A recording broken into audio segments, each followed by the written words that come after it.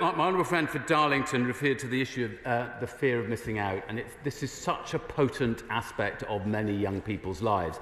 I mean, it had its previous version before digital arrived, but it's so much more acute now, and it cuts in so many different ways at the same time. She also referred to Ellen Room and the issues in the data bill, which we'll be discussing in Bill Committee next Tuesday and next Thursday, and then back at report stage in the House in a few weeks' time, so I look forward to her contributions then.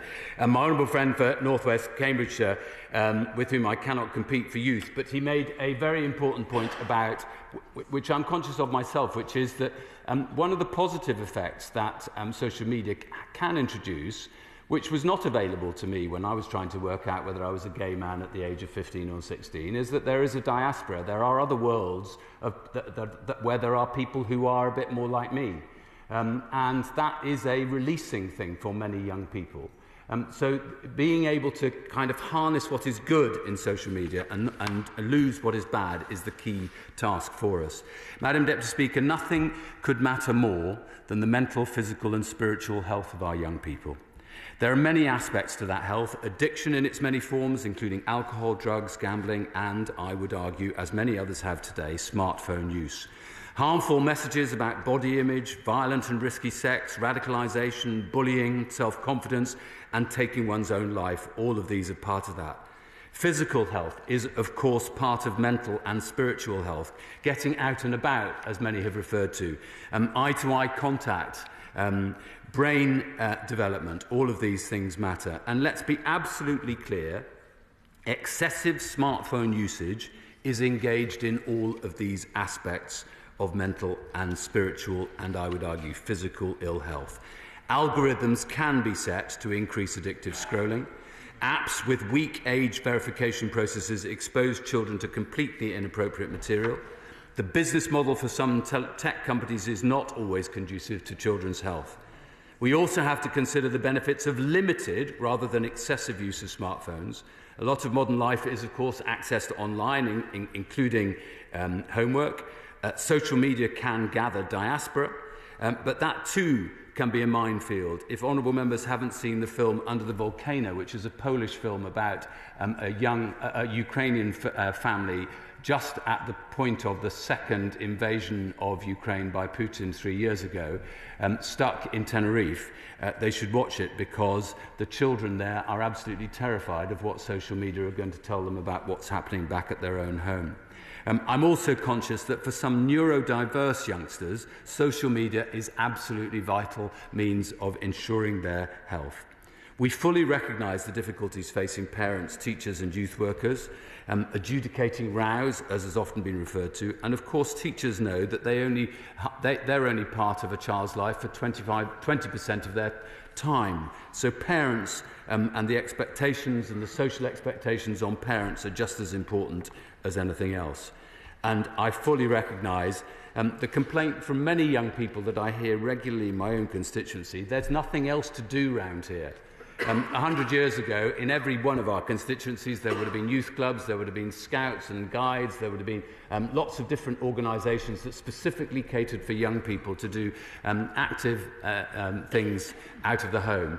Many of those things barely exist today, and that's part of what we need to look at. Let me talk, Madam Deputy Speaker, specifically about what we will do and what we are doing. First of all, the Online Safety Act. It's called the Online Safety Act 2023. I only wish it had been the Online Safety Act 2020 or 2021 or 2022. It was far too delayed. It's extremely frustrating for us as ministers at the moment that this has taken so long to get to this point. We're working with Ofcom to implement every element of it as fast as we possibly can, but some elements of that are written into the Act itself. The Secretary of State wrote to Ofcom on the 16th of October last year to that effect, that we want to implement everything as fast as we possibly can, whilst taking on board the criticisms that some have made of Ofcom. We also believe, of course, the illegal content codes have now passed parliamentary scrutiny and they will come into force this month. I hope that that will produce some change. The draft children's safety codes, which have been referred to, are nearly finalised, and the child safety regime will be in effect by summer. That is good news. And of course, the Online Safety Act itself, in section 178, says that it must be reviewed. Also, the Department for Science, Innovation and Technology has launched its own feasibility study, which is into the impact of smartphones and social media use. That will report in May of this year. It's been run by the University of Cambridge and a consortium of experts. And the bill, we hope, that has been published today by my honourable friend, will help us build on that feasibility study so that we have all the information that we need to make a considered view. We will work with this in roughly the same timetable as is provided in the bill today. And the closer we can get to causal and direct relationship between smartphone usage and mental health issues, and to clear evidence on the best, most effective and most appropriate and proportionate intervention by government, the better.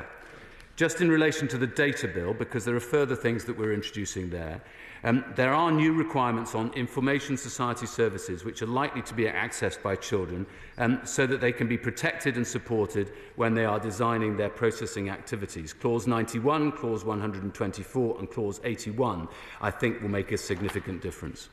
The bill makes recommendations, Madam Deputy Speaker, which very much chime with what we intend to do and are helpful in that direction. Of course we want the Online Safety Act to bed in. Of course we want to implement the data bill and the new provisions there. Of course we want to conduct fuller, more authoritative research and provide clear advice to teachers and parents across the land. Of course this is not the end of the matter.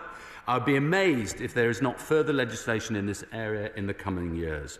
And with that, I commend the campaigners who've made such a strong case to us and via my honourable friend. And I just end with the words from my honourable friend for Kensington and Bayswater. The words of the paediatrician that he referred to are ringing in my mind. There is no option of inaction for this House or for this country. There has to be action, and I'm grateful to the honourable member for introducing his bill today. Yeah.